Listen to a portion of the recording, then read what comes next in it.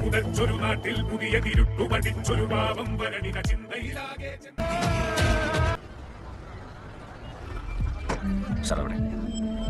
ചേട്ടാ മോനെ തനിക്ക് അറിയാവുന്ന ആളെന്നല്ലേ പറഞ്ഞു. എന്തായാലും ഡോഗ് സ്ക്വാഡിനെ ഫോറൻസിക്കിനെ ഒന്ന് അറേഞ്ച് ചെയ്തേക്കും.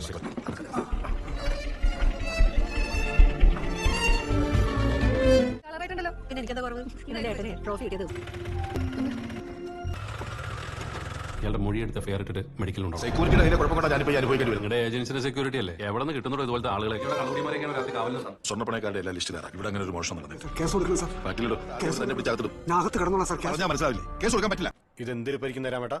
നടന്നൊക്കെ മറന്നേക്ക്. ഞാനിനി സെക്യൂരിറ്റിയുടെ യൂണിഫോം ഇടാൻ അർഹന് സാർ. പഴയ രാമനാഥനെ കണ്ടിട്ട് മോശമായ അവസ്ഥയിലായിരുന്നു സാർ. നത്തോലി രാമൻ എന്നായിരുന്നു കൂട്ടുകാർക്കിടയിൽ എന്റെ വിളിപ്പേര്. ഒരു കാറ്റടിച്ചാൽ പറന്നു പോകുന്ന എനിക്ക് ആളക്കാരനാവണമെന്ന് മോഹം പുറത്തു പറയാൻ പേടിയായിരുന്നു. ആ മോഹം ഉള്ളിൽ കിടന്ന് വളർന്നാണ് ഫാക്ടറിയിലെ കുക്കായത്. 4 ഷട്ടറൊക്കെ ഉള്ള ജുവലറിക്ക് കാവൽ നിൽക്കുമ്പോൾ രാജ്യത്തിന്റെ അതിർത്തി കാക്കുന്ന ജവാന്റെ അഭിമാനമായിരുന്നു എനിക്ക്. ഞാൻ പോകും സാർ.